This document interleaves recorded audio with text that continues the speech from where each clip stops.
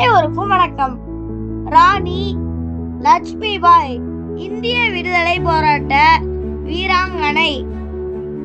ராணி லட்சுமிபாய் அல்லது ஜான்சி ராணி.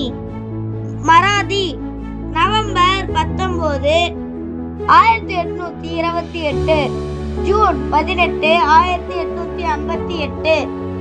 வடமத்திய இந்தியாவின் ஜான்சி நாட்டின் ராணி. 1857 இந்திய கிளர்ச்சியில் பெரும் பங்காற்றி இந்தியாவில் பிரித்தானியரின் ஆட்சிக்கு எதிராக கிளர்ந்து எழுந்தோர்களின் முன்னோடியாக கணிக்கப்படுகின்றவர். பின் வந்தவர் பிரித்தானியரின் இந்திய பேரரசு முனைவர் மகாராஜா கங்காதர் ராவ். மரபு மராட்டிய பேரரசு. தந்தை மோரோபன் தம்பே.